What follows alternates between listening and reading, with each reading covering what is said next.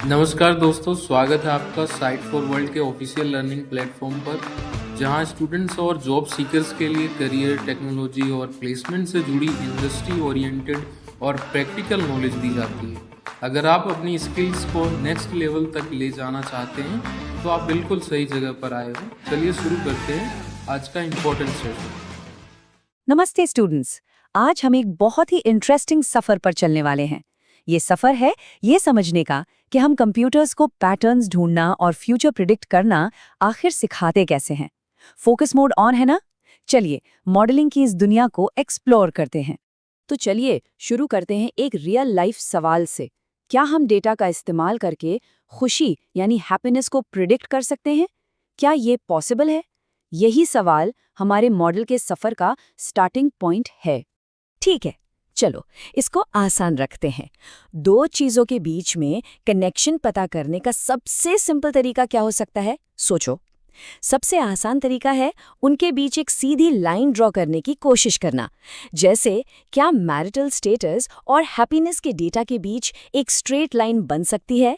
इस काम के लिए हमारा पहला टूल है OLS यानी ऑर्डिनरी लीस्ट स्क्वेयर्स। ये एक स्टैटिस्टिकल मेथड है जो डेटा पॉइंट्स के बीच से सबसे बेस्ट फिट लाइन ढूंढता है। सिंपल शब्दों में ये वो लाइन खोजता है जो सारे डेटा पॉइंट्स से कम दूरी पर हो, ताकि एरर्स बिल्कुल मिनिमम हो जाएं। सिंपल लगा है ना? लेकिन इस सिंपल मॉडल को यूज करने से पहले इसके कुछ रूल्स समझना जरूरी है। यहाँ स्क्रीन पर ध्यान देना। पहला, डेटा में एक स्ट्रेट लाइन जैसा रिलेशनशिप होना जरूरी है। दूसरा, मॉडल की जो गलतियां हैं, जो एरर्स हैं, वो एवरेज पे 0 होनी चाहिए। और सबसे इंपॉर्टेंट, एरर्स का कोई पैटर्न नहीं होना चाहिए, वो एकदम रैंडम होनी चाहिए। ये थोड़ा सा टेक्निकल है, पर इसके बिना मॉडल आगे काम नहीं करेगा। अब तक सब ठीक चल रहा था, पर अब आता है हमारे मॉडल के सफर में पहला चैलेंज। क्या होता है जब हमारा रिजल्ट कोई नंबर ना हो, बल्कि यस या नो जैसा कोई ऑप्शन हो? वहां पर ये सीधी लाइन वाला मॉडल काम नहीं आता। प्रॉब्लम समझ आ रही है? अगर हम अनहैप्पी को 1 और नॉट अनहैप्पी को 0 मान लें, तो हमारी OLS वाली स्ट्रेट लाइन ऐसी वैल्यूज प्रिडिक्ट कर सकती है जो 1 से ऊपर या 0 से नीचे चली जाएं। पर आप ही बताओ, प्रोबेबिलिटी तो हमेशा 0 और 1 के बीच ही होती है, राइट? तो यहाँ पर हमारा स्ट्रेट लाइन वाला मॉडल फेल हो जाता है। तो इसका सोल्यूशन क्या है? टेंशन नहीं, इसका भी सोल्यूशन है। सोल्यूशन है एक नया मॉडल जो एक एस शेप्ड कर्व बनाता है। इसे कहते हैं लॉजिस्टिक रिग्रेशन। जैसा कि आप स्क्रीन पर इस विजुअल में देख सकते हो, ये एस कर्व हमेशा 0 और 1 के बीच में ही रहता है। इसीलिए प्रोबेबिलिटी प्रेडिक्ट करने के लिए ये एक परफेक्ट टूल है। अच्छा, अब इस नए मॉडल को समझने के लिए एक नया कॉन्सेप्ट भी समझना पड़ेगा, ऑड्स रेशियो। ध्यान से सुनना, ये हमें बस इतना बताता है कि किसी एक चीज को बदलने से किसी रिजल्ट के होने के चांसेस यानी ऑड्स कितने बदल जाते हैं। जैसे मैरिटल स्टेटस बदलने से अनहैप्पी होने के ऑड्स पर क्या फर्क पड़ता है। ये कॉन्सेप्ट रिजल्ट को आसानी से समझाने में हेल्प करता है। चलो एक रियल एग्जाम्पल देखते हैं, तभी क्लियर होगा। एक स्टडी में पाया गया कि मैरिड लोगों के कंपैरिजन में विडोड लोगों के अनहैप्पी होने के ऑड्स यानी चांसेस लगभग 3.5 गुना ज्यादा होते हैं। देखा, ये 3.5 का नंबर हमें OLS नहीं बल्कि लॉजिस्टिक रिग्रेशन ही दे सकता है। ओके, अब हम आ गए हैं मॉडल के सफर के सबसे इंपॉर्टेंट पड़ाव पर। ये मॉडलिंग की शायद सबसे बड़ी चुनौती है। हमें एक ऐसा मॉडल बनाना है जो ना तो जरूरत से ज्यादा सिंपल हो और ना ही जरूरत से ज्यादा कॉम्प्लेक्स, एकदम परफेक्ट बैलेंस। तो सवाल ये है, आपके हिसाब से क्या लगता है, एक सिंपल मॉडल हमेशा बेहतर होता है या एक कॉम्प्लेक्स मॉडल? सोचो इसके बारे में। यहाँ पर दो एक्सट्रीम्स हैं। एक तरफ है हाई बायस वाली सिंपल मॉडल्स। ये डेटा के बारे में पहले से ही कुछ पक्का मानकर चलते हैं और अक्सर असली पैटर्न को मिस कर जाते हैं। इसे कहते हैं अंडर फिटिंग। दूसरी तरफ है हाई वेरिएंस वाले कॉम्प्लेक्स मॉडल्स। ये डेटा को इतना क्लोजली फॉलो करते हैं कि वो डेटा के नॉइज को भी पैटर्न समझ लेते हैं। इसे कहते हैं ओवर फिटिंग। दोनों ही अच्छे नहीं हैं। अब स्क्रीन पे देखो, ये टेबल इस पूरी चीज को बहुत अच्छे से समझा रहा है।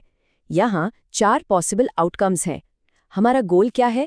हमें पहुंचना है इस आइडियल मॉडल वाले बॉक्स में, जहां बायस भी लो हो और वेरिएंस भी लो हो। समझ आ रहा है ना?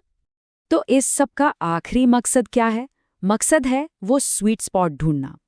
हमें एक ऐसा मॉडल चाहिए जो डेटा के असली सिग्नल को पकड़े, उसके नॉइज यानी फालतू के शोर को नहीं। यही हर डेटा साइंटिस्ट का अल्टीमेट गोल होता है। ठीक है, अब हमारा मॉडल एक आखिरी और बहुत प्रैक्टिकल चैलेंज फेस करता है। रियल वर्ल्ड डेटा ना हमेशा साफ सुथरा नहीं होता, उसमें आती हैं अजीबो-गरीब वैल्यूज जिन्हें हम कहते हैं आउटलायर्स। ये एक बहुत ही इंपॉर्टेंट कॉन्सेप्ट है। आउटलायर्स के बारे में ये कोड देखो, कितनी पावरफुल बात है। कभी-कभी आउटलायर्स वेन ग्रिट्स्की या माइकल जॉर्डन जैसे होते हैं और उन्हें डेटा में रखना चाहिए। इसका मतलब साफ है कि हर अजीब वैल्यू एक गलती नहीं होती। एक आउटलायर या तो एक सिंपल डेटा एंट्री की गलती हो सकती है, या फिर वो पूरे डेटा सेट का सबसे इम्पॉर्टेंट हिस्सा भी हो सकता है। इसलिए आउटलायर्स को देखते ही डिलीट करना सबसे बड़ी गलती है। हमें उनकी जांच पड़ताल करनी चाहिए। तो इन आउटलायर से डील कैसे करें? घबराना नहीं है, इसका एक 3 स्टेप अप्रोच है। स्टेप 1, उन्हें आइडेंटिफाई करो, मतलब ढूंढो। स्टेप 2, उन्हें इन्वेस्टिगेट करो, जासूसी करो कि ये गलती है या कोई स्पेशल केस। और आखिर में स्टेप 3, स्ट्रैटेजाइज करो, यानी प्लान बनाओ कि इसे हटाना है, रखना है या कोई स्पेशल मेथड यूज करना है। तो इस पूरे सफर से हमने क्या सीखा? इस सब का पॉइंट क्या था? चलिए इसको आखिर में समेटते हैं। सबसे बड़ी सीख ये है कि एक अच्छा मॉडल बनाना किसी एक परफेक्ट जादुई इक्वेशन को ढूंढने के बारे में नहीं है जो सब कुछ एक्सप्लेन कर दे। ऐसा मॉडल रियलिटी में एग्जिस्ट ही नहीं करता। इस सफर से मिलने वाली जो सीख है वो ये है: पहला, अपने टूल के रूल्स को जानो। दूसरा, काम के लिए सही टूल चुनो। तीसरा, सिंप्लिसिटी और कम्प्लेक्सिटी को हमेशा बैलेंस करो। और चौथा, अजीब डेटा को शक से नहीं बल्कि क्यूरियोसिटी यानी जिज्ञासा से देखो। असली स्किल इस बात में है कि आप हर कदम पर सोच समझकर चॉइसेस लें और उनके फायदे नुकसान यानी ट्रेड ऑफ्स को समझें। यही चीज़ एक अच्छे एनालिस्ट और एक साधारण एनालिसिस में फ़र्क पैदा करती है। तो ये सफ़र एक आखिरी सवाल पर आकर रुकता है, जिसका जवाब आपको सोचना है।